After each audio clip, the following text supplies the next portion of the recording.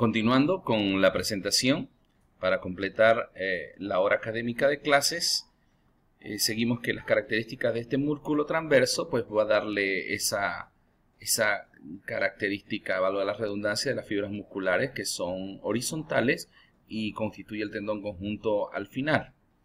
Bueno, para continuar, veamos que los músculos de la pared posterior también forman un cuadrilátero verdadero, y justamente este músculo, el que es el cuadrado lumbar y el psoas ilíaco, van a insertarse, el primero el cuadrado lumbar, en la cresta ilíaca, el ligamento iliolumbar, y las fibras ascienden hacia la 12ª costilla. Y el psoas ilíaco o iliozoas del músculo psoas mayor e ilíaco, compuesto por los dos músculos estos. El primero el ilíaco, que se origina en la fosa ilíaca, y sus fibras descienden para formar el tendón del psoas e insertarse en el trocánter menor del fémur. Y el psoas mayor, que toma sus orígenes en los cuerpos y apófisis transverses de la primera a cuarta lumbar, y luego las fibras descienden a unirse hasta el músculo ilíaco para justamente formar el tendón de inserción sobre el trocánter menor. Ese es el músculo, el psoas ilíaco, en este caso el cuadrado lumbar y el psoas ilíaco, que están acá en su pantalla. Y el diafragma, que es un músculo plano y delgado que divide la cavidad torácica de la cavidad abdominal, y tiene una parte periférica muscular y una parte central aponeurótica, que es el tendón central. La parte muscular, pues bueno, va a estar en la parte iniciada a la parte external, en la cara posterior del cifoides, la inserción. La zona costal se compone de fibras musculares que van en la cara interna, insertadas de la 7ª a 12ª costilla, y entrecruzándose con fibras de inserción del transverso en las últimas 6 costillas. Y la zona lumbar está constituida por los pilares del diafragma. En los casos de hernias laterales, en la disección retrocostal, siguiendo el plano retromuscular, por detrás del transverso, se puede disecar fácilmente, por supuesto, el espacio entre el diafragma y el peritoneo, y se permite extender la malla en esa posición cuando existen hernias diafragmáticas. Las hernias diafragmáticas predisponentemente van a producirse, ya vamos a ver cuando entremos en el tema de trauma de abdomen, se van a producir con mayor frecuencia en el hipocondrio izquierdo, porque el derecho está protegido por el hígado, y al ser una glándula voluminosa es muy improbable que se produzca una hernia diafragmática al lado derecho. Por otro lado, el lado izquierdo, cuando existen traumas abdominales que comprometen y aumentan la presión intraabdominal, que vamos a ver, es medida en centímetros de agua. Esa presión intraabdominal normalmente es de 0 centímetros de agua o 0 milímetros de mercurio.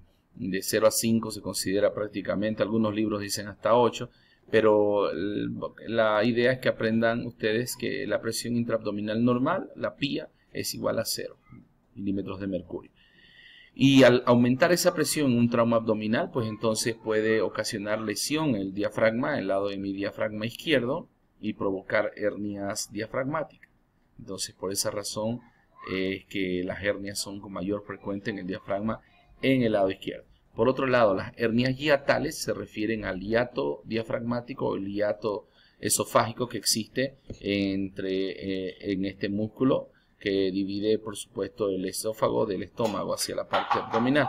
Cuando se hernia el estómago hacia la parte torácica, ya sea por deslizamiento o paraesofágica o de repente ambas mixtas, puede existir esta hernia hiatal, que es una hernia por debilitamiento de los pilares del diafragma y por herniación del estómago hacia la parte torácica. Bueno, entonces vemos el concepto acá, el esquema de concepto de fascia y aponeurosis. Vean ustedes, la fascia es todo lo que recubre al músculo, y la aponeurosis es al final la que va a dar la inserción al músculo en la parte final. Esa es una de las características. Entonces, veamos acá un resumen de todo lo que es la musculatura de la pared abdominal. Vemos el músculo recto, el piramidal, el oblicuo externo del abdomen, el oblicuo interno, el transverso, el psoas ilíaco, el cuadrado lumbar y el diafragma. Son verdaderos músculos que van a formar toda la cavidad peritoneal o la cavidad abdominal y le dan protección al abdomen en esta situación. Ahí está el origen, la inserción, la inervación y la función, por supuesto, de cada músculo. Otros componentes de la pared abdominal son la línea alba, que es un rafe tendinoso localizado en la línea media, resultado de la función de las hojas anterior y posterior del recto en esta línea media. Está esencialmente constituida por el entrelazamiento de las fibras aponeuróticas del transverso, el oblicuo interno y el oblicuo externo. Y bueno, esta línea media es importante, pero el tema es cuando ahí existe un debilitamiento de esta zona, es lo que se considera como la diástasis de los rectos, que es básicamente es considerado como un tipo de hernia, pero en sí no es más un debilitamiento por una debilidad, valga la redundancia, de esta línea alba que va a evitar que los músculos estén aproximados, y entonces va a haber una diástasis, una separación, y a su vez hay una protrusión a través de esa línea alba. La vaina de los rectos, que es la vaina del músculo, el recto mayor del abdomen, recto anterior mayor del abdomen, y contiene a cada músculo, a cada lado un músculo recto, ¿no? Esta vaina está formada anteriormente por la aponeurosis del oblicuo externo, unida a la hoja anterior del oblicuo externo. Entonces, posteriormente la aponeurosis del transverso y unida a la hoja posterior del oblicuo interno. En el tercio inferior, la aponeurosis del oblicuo externo, interno y el transverso pasan anteriormente al recto del abdomen. Y entonces ahí existe también una línea semilunar, que es la línea de Spiegel. Está formada por la fusión del oblicuo externo, el oblicuo interno y el transverso del abdomen, en el borde lateral del recto anterior mayor del abdomen. Y se extiende desde el noveno cartílago, del cartílago del noveno arco costal, hasta el tubérculo del pubis. Cuando hay una debilidad de esta línea semilunaris o línea de Spiegel, es donde se produce la hernia de Spiegel. A través de esa debilidad, de la unión de esa fusión de las líneas del oblicuo externo, interno y el transverso, en el borde lateral del recto van a producirse estas hernias de Spiegel. La fascia transversalis es sencillamente la fascia interna del músculo transverso y fue denominada así por Sir Astley Cooper, que fue un anatomista de su época muy brillante, en la capa más profunda situada sobre el peritoneo parietal. Es una lámina muy fina pero resistente.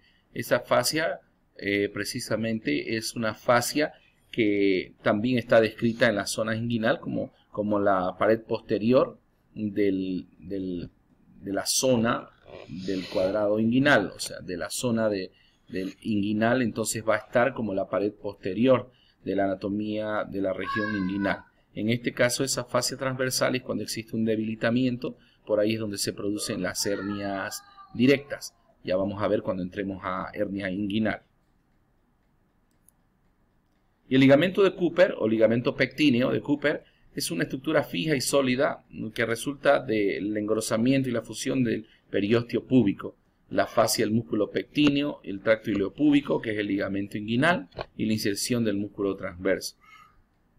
Es uno de los lugares más importantes de fijación de las mallas en las hernias incisionales o en las hernias inguinales, pero se ha visto que al dar el punto en el ligamento de Cooper, bueno, produce un gran dolor, un dolor intenso, una pubalgia en el paciente. Por lo tanto, a veces se evita dar ese punto y existen actualmente mallas que son mallas reticulares que tienen un grip que agarra directamente y ya no necesita darle una fijación con un punto hacia el Cooper.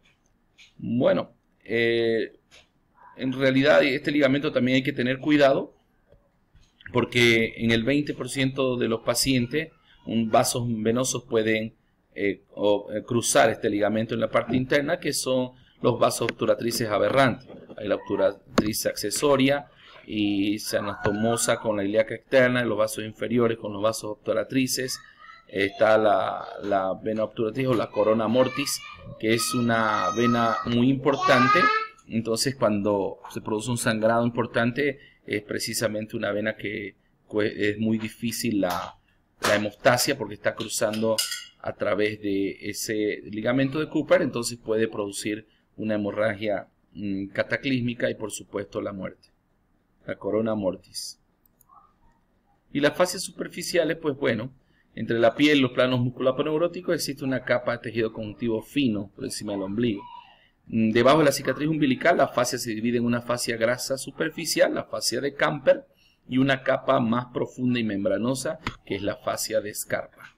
Estas fascias pueden emplearse cuando haya el cierre del celular subcutáneo después de la reparación de hernias incisionales. Estos son los planos musculares del abdomen. Vean ustedes el recto anterior mayor del abdomen, el transverso, el oblicuo interno y el oblicuo externo y las zonas aponeuróticas. Aquí en su libro van a poder ustedes completar de manera, por supuesto, antes viendo esto, estudiando, y luego van a poner nombres acá para que quede grabado, y esa es una manera correcta de grabar y sellar la neurona con el conocimiento de los músculos y a la vez su inserción. Aquí están los músculos de otra manera, ya más con una descripción mayor. Aquí está un corte transversal, viendo la línea alba, vean los rectos anterior mayor del abdomen, la fascia de Camper, que es más superficial, y la fascia de Scarpa, que es más profunda en el tejido celular subcutáneo. Vean ustedes la aponeurosis de los músculos y acá el peritoneo parietal, antes de entrar a la cavidad peritoneal. Perfecto. Vean ustedes acá en la parte posterior, van a ver ustedes donde están los planos seccionados, en los planos de vista profunda. Vean ustedes, acá está el músculo psoas mayor, por detrás, en la pared posterior. Vean ustedes acá el erector de la columna. Aquí están las apófisis espinosas y las apófisis transversas de las vértebras. En este caso es la L3, la lumbar 3. Aquí está la parte seccionada del riñón, con la fascia renal, la hoja anterior. El peritoneo acá, la parietal, la fascia transversalis. Estamos viendo. Vemos la aorta abdominal y vemos la vena cava inferior. La musculatura precisamente hace que verdaderamente estén protegidos los órganos intraabdominales. Y la vista anterior, vean ustedes, aquí está el cuadrado lumbar, el psoas mayor, el ilíaco, el músculo iliosoas, ahí que es donde se une, el psoas ilíaco. Vemos ustedes acá el recto anterior mayor del abdomen y con todas sus inserciones tendinosas.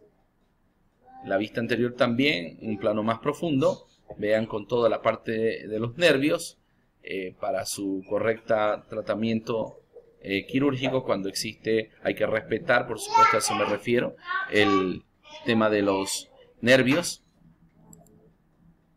Y las hernias externas de la pared abdominal, vamos a empezar con la hernia incisional, que es una protrusión normal a través del peritoneo y las fascias por una herida anterior de músculo aponeurótica. O sea, habitualmente es por el tema de una incisión realizada por el cirujano.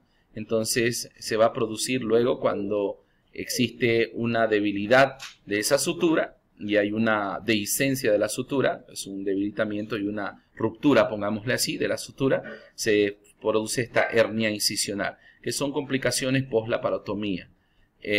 Bueno, y esto también se llama eventración o hernia incisional, que son sinónimos, y ya vamos a hablar después de el correcto manejo protocolar de estas hernias incisionales. Vean ustedes, esta es una hernia incisional. Es una hernia producida por una post-laparotomía, y la laparotomía va a tener un debilitamiento de la sutura y por lo tanto va a existir una dehiscencia de la sutura con los posteriores, la posterior protrusión de las vísceras intraabdominales, ya sea que sea epiplon o sea intestino, un enterocele, un epiplocele, o directamente que sea una hernia con complicaciones ya como atascamiento y estrangulación.